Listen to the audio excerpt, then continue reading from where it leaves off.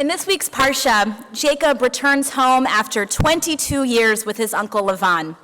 He has acquired wives, children, and abundant property.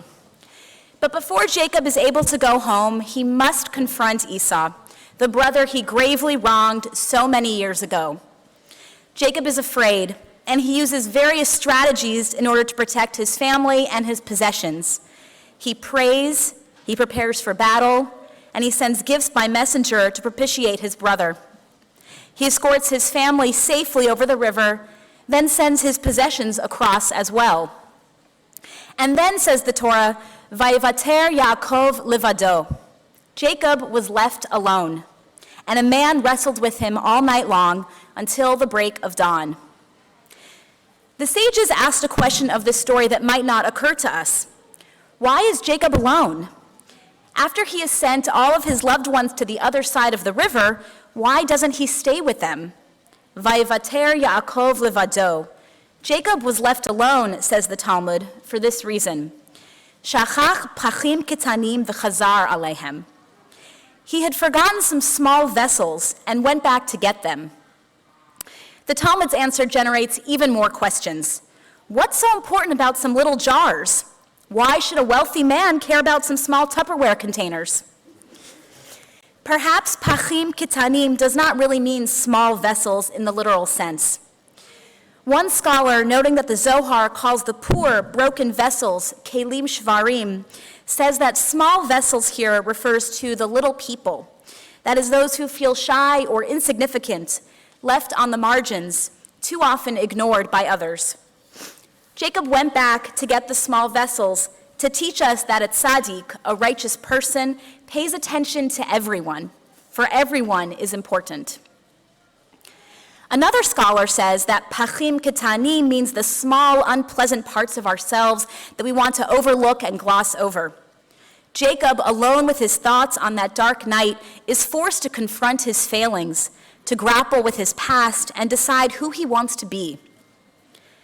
I like the answer given by Rabbi Jack Reamer, who writes this.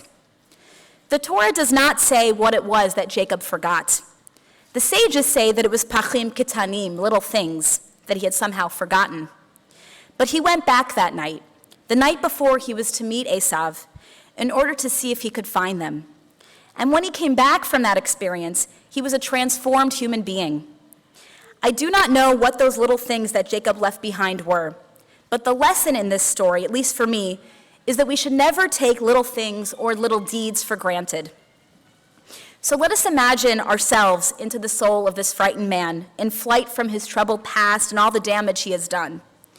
Jacob forgot the little things. He forgot that small acts of kindness and courtesy matter, for they build connections with others. He forgot that countless small acts of honesty build communities grounded in trust and respect.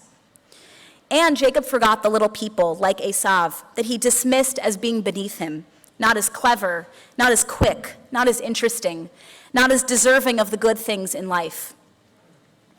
Jacob forgot the little things, and so he was left all alone. Yaakov, the heel grabber, was left alone in the dark night of his soul to face his narrowness, his selfishness, his shrewd scheming, competitive, every man for himself, stone-cold heart.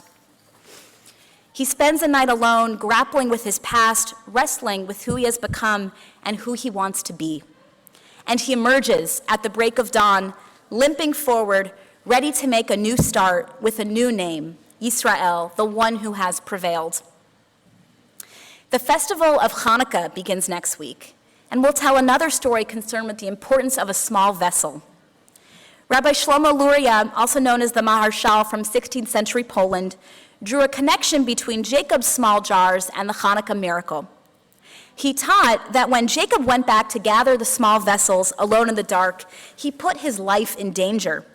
And the Holy One says to Jacob, "You risked your life for a small vessel for my sake, and therefore I myself will repay your descendants through a small vessel for the children of the Hasmoneans, who made a miracle through a small vessel." Jacob's noticing of the small things, be they people, his shortcomings, or the small acts of kindness that we can show each other, inspired a great miraculous light thousands of years later.